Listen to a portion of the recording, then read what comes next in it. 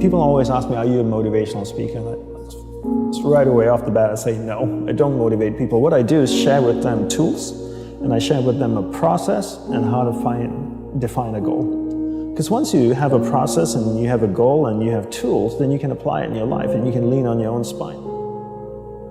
And a lot of people in my industry who do self-development and coaching don't do that, because it's not a good business model.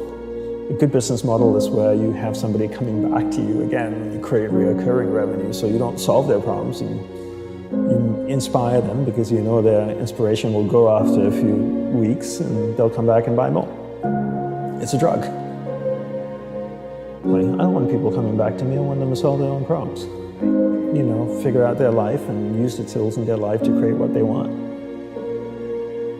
We're just born into this world and people say here, learn your nursery rhymes, learn your ABCs, 1, 2, 3s, go to school, learn geography, learn history, science, periodic table. Why? When are you ever going to use the periodic table again? But simple things of basic life human skills, we never get taught.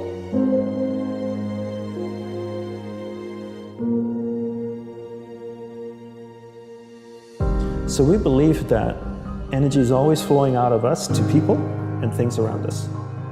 And one of the ways to get to enlightenment is to first stop the loss of energy. Then you harness that energy from going out of you, you withdraw it into you, you concentrate, and you channel that energy up your spine, into your head, to awaken higher states of consciousness. But in order to do that, you need to conserve as much energy as possible. The more people you have in your life, the more things you have in your life, the more energy you expand.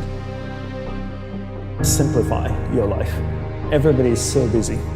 Everybody's got a lot of things to do. We don't actually have a lot of things to do. Right. We like being distracted because then we don't have to think about ourselves. Yeah, and we don't have priorities in life. Most people don't have clear priorities in life. My goal is to simplify my life, simplify the number of people in my life, and simplify the number of things in my life. We only have a finite amount of energy each day. But every year, we have more people in our lives. Is that a fair statement? More Facebook friends, more people you're connected with, but your energy stays the same. So that's not a proportionate growth. If your energy is increasing every year proportionately with the number of things and people in your life, then we don't have to talk about this. But your energy level is the same. But the amount of people and things in your life are growing almost exponentially. So whereas that doesn't work. So for me, it's always about simplifying first the people and things into your life, into who and what's most important, taking that finite energy that you have each day and focusing. Second step is learning how to focus and concentrate that finite amount of energy into the people and things that truly matter. Now you start to create a lifestyle that you actually love because you're invested into people and things that matter, and the byproduct of that is happiness.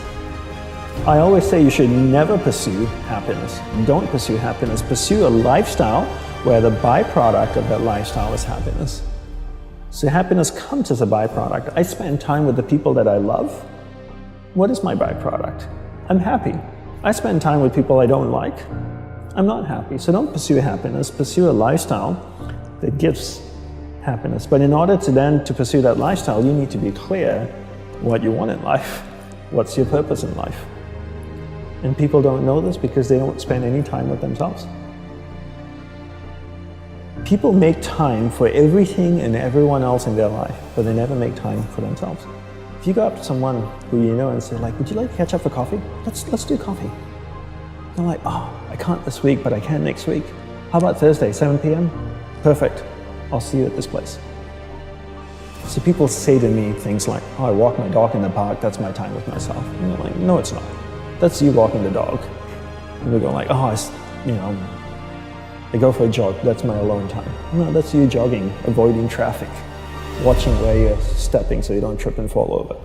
Spending time with yourself is sitting down, closing your eyes, not interacting with the outside world, and actually going inside and having that conversation. And people don't have that conversation, and because they don't have that conversation with themselves, they don't end up knowing what they want in life.